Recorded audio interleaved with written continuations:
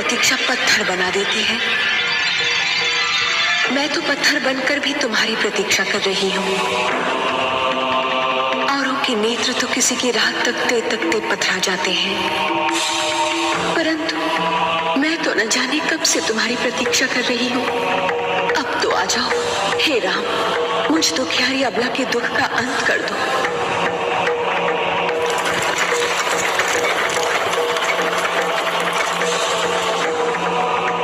धन्य है वायु का ये झोंका जो मुझ तक तुम्हारे कमल चरणों की धूल की सुगंध लाया है। तुम आ रहे हो, तुम अवश्य आ रहे हो।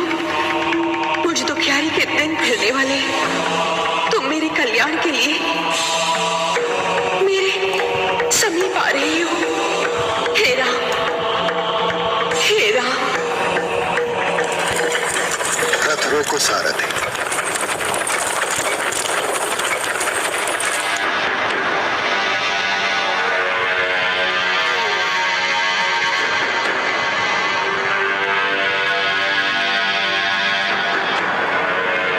हम यहीं विश्राम करेंगे। गुरुदेव, इस उजड़े आश्रम में क्या ये स्थान विश्राम के लिए उचित रहेगा? ये सबसे उत्तम स्थान है शिष्य। हम यहाँ नहीं आए। ये उजड़ा हुआ आश्रम स्वयं हमें यहाँ खींच लाया है। हे राम, हे राम, हे राम, हे राम, हे राम, हे राम, हे राम, हे राम, हे राम। ये मुझे कौन पुकार रहा है गुरुदेव? तुम्हें ये पुकार रही है शिष्य।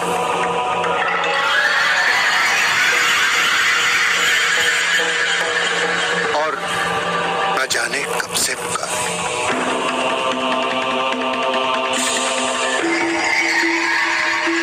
तो ये तो पाषाण की प्रतिमा है गुरुदेव। हाँ है। इस प्रतिमा को अपने चरण से स्पर्श कर दो शिष्य। जी। इस पत्थर की मूर्ति को अपने चरणों से छू। गुरुदेव, गुरु के आदेश पर प्रश्न चिन्ह लगाना ना तो शिष्य को शोभा देता है और ना ही उसका अधिकार है। किंतु हे गुरुदेव, नारी पत्थर की भी हो तब भी आदर सम्मान के योग्य होती है। उसे चरणों से छूना महापाप है। मुझे नारी के इस अनादर का साहस नहीं हो रहा है गुरुदेव। नारी के प्रति तुम्हारी पवित्र भावना जानकर मैं गदगद हो गया शिष्य। मुझे ऐसे शिष्य पर गर्व है। मैं स्वयं किसी को नारी का अनादर करने की अनुमति नहीं दे सकता, परंतु ये एक विचित्र विडंबना है कि इस नारी का कल्याण इसी में निहित है। इसे अपने पैरों से छूकर तुम इसका अनादर नहीं, इसका उद्धार करोगे पुत्र। कौन है ये देवी? ये दुखियारी अबला ऋषि गौतम की पत्नी अहिल्या है। निरपराध होकर भी न जाने कब से पत्थर बन जाने का दंड भोग रही है।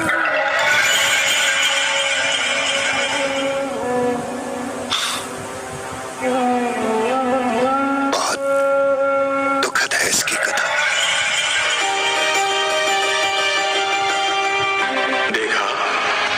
देखा आपने चंद्रदेव, कितनी सुंदर नारी है अहिल्या।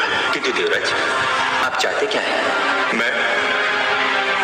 मैं उसे पाना चाहता हूं। तो क्या उसे पा लेना आपके वश में है? हाँ, यदि तुम मेरी सहायता करो तो।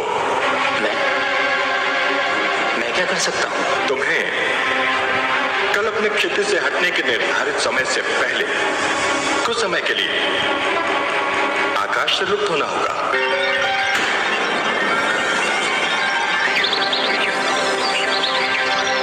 ये क्या?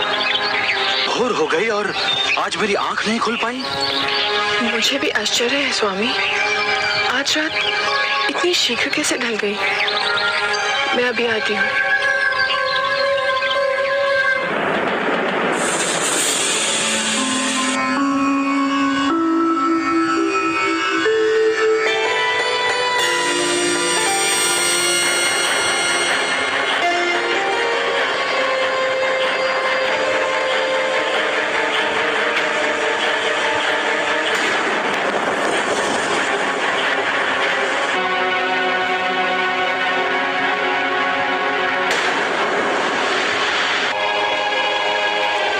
स्वामी बताइए ना, आप इतना शीघ्र क्यों लौट आए?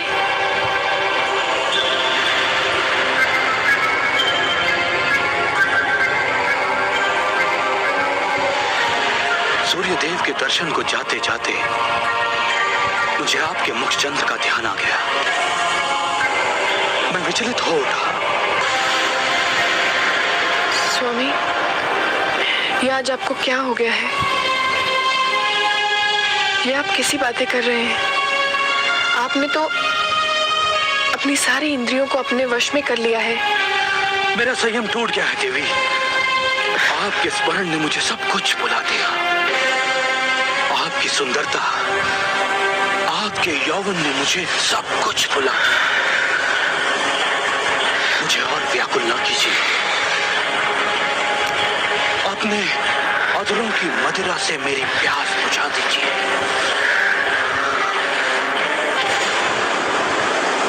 अरे ये क्या, चंद्रदेव? परंतु ये चंद्रदेव कहां लुप्त हो गए थे? अभी तो सूर्योदय में विलंब है। मुझे आश्रम लौट जाना चाहिए।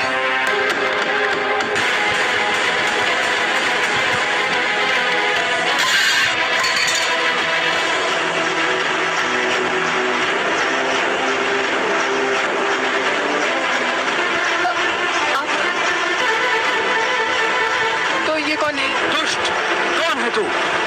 अपना वास्तविक रूप दिखा मुझे। तो ये तू है इंद्र? क्या मैं तुझे श्राप देता हूं कि जिस वास्ता ने तुझे ये पाप करने पर विवश किया था, तू आज के उपरांत उसके योग्य ही नहीं रहेगा। New year, new beginnings. Send money instantly. दूर हो जा मेरे सामने से, दूर हो जा। मुझे क्षमा कर दीजिए स्वामी। क्षमा कदापि नहीं। तेरा शरीर अपवित्र हो चुका है, तेरी आत्मा अपवित्र हो चुकी है। क्या मैं तुझे शाप देता हूं? इसी क्षण तू पत्थर बन जा।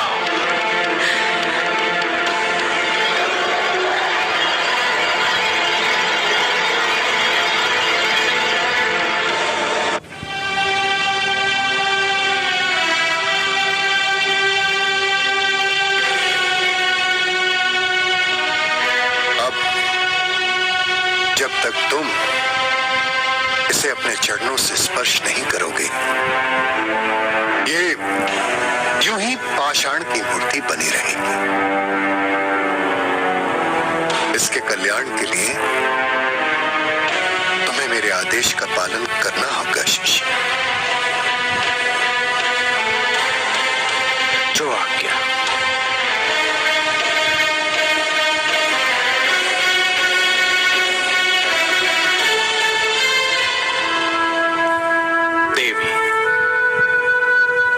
मेरे लिए नारी हर रूप में माता समान है। मैं आपको अपने चरणों से स्पर्श करने की धृष्टता करने जा रहा हूं। क्षमा कीजिएगा।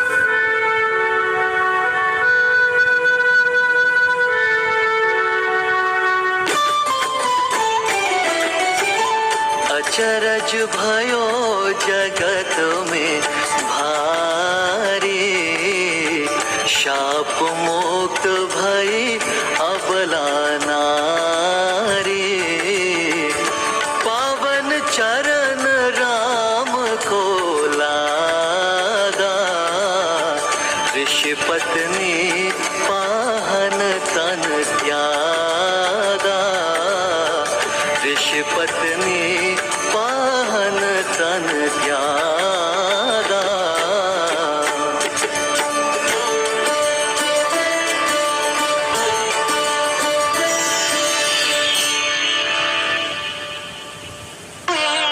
हे दुखी जनों का दुख मिटाने वाले राम, हे संकट के मारों का संकट मिटाने वाले राम, हे दुखियारों को तारने वाले राम, हे पापियों का उद्धार करने वाले राम, इस अबला को शाप से मुक्ति दिलाकर आपने जो इस पर उपकार किया है उसके लिए आपको कोटि कोटि धन्यवाद। नहीं देवी, आपके साथ घोर अन्याय हुआ था। मुझे अपार हर्ष है कि अब आपको न्याय मिल गया है। मुझे आशा ही नहीं, विश्वास भी है कि अब तक महर्षि गौतम को भी अपनी भूल का आभास हो चुका होगा, किंतु वो भी विवश थे देवी, क्योंकि नभ से टूटा हुआ तारा, धनुष से निकला हुआ बाण एवं मुख से निकला हुआ शाप लौटाया नहीं जा सकता, केवल उसका दंड भोगा जा सकता है। पश्चाताप की अग्नि में जलना भी तो दंड ही है देवी। महर्षि अब तक उस अग्नि में जल चुके होंगे। गुरुवर, यदि इस उजाड़ स्थान पर मुझे लाने का यही उद्देश्य था तो वो पूरा हुआ। अब हमें यहाँ से प्रस्थान करना चाहिए। ऋषि श्रेष्ठ,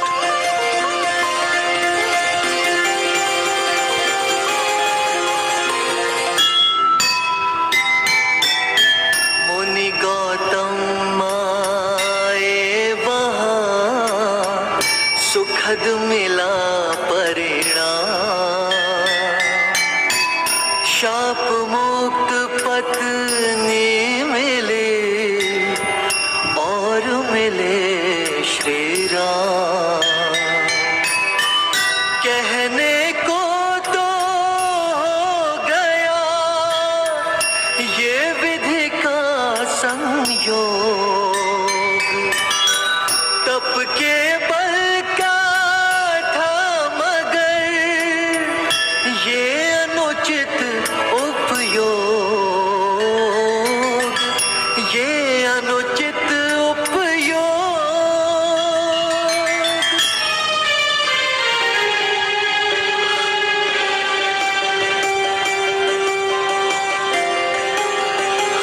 महर्षि,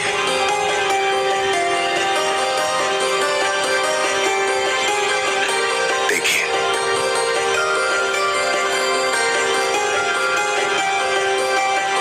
प्रणाम गुरुदेव। आयुष्मान भव।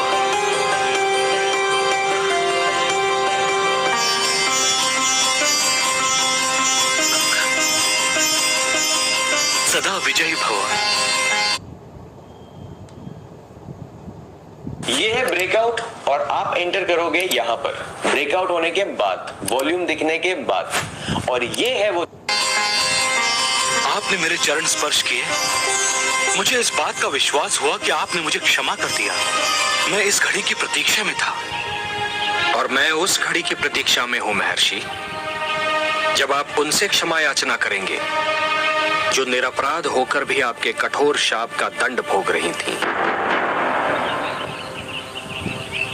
इस देवी के साथ दो बलों का दुरुपयोग हुआ है, देव बल एवं तपोबल। साक्षात इंद्र ने देव बल का दुरुपयोग किया और आपने महर्षि तपोबल का।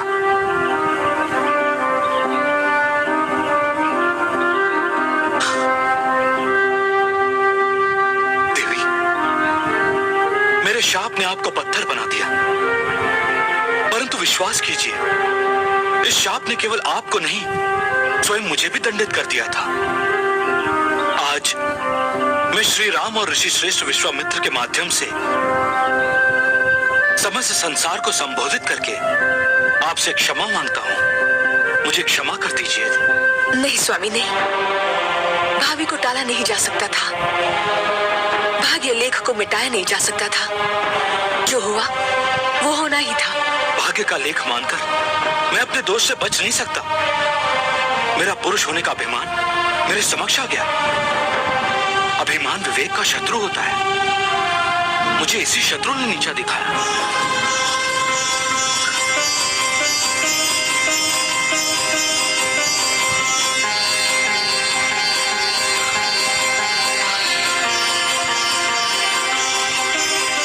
ऋषिवर, संध्या वंदन कर ले, फिर हम भोजन करेंगे।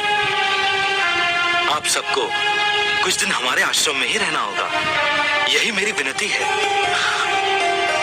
हम जनकपुर जा रहे हैं महर्षि, और हमें वहां शीघ्र पहुंचना है। ऋषिवर,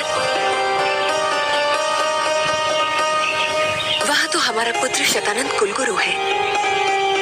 उसी ने राजकुमारी सीता को शिक्षा भी दी है। वहां जाएं तो हमारे पुत्र से अवश्य मिले और उसे मेरे शाप के अंत का समाचार अवश्य दें। अवश्य देवी, यशस्वी भव।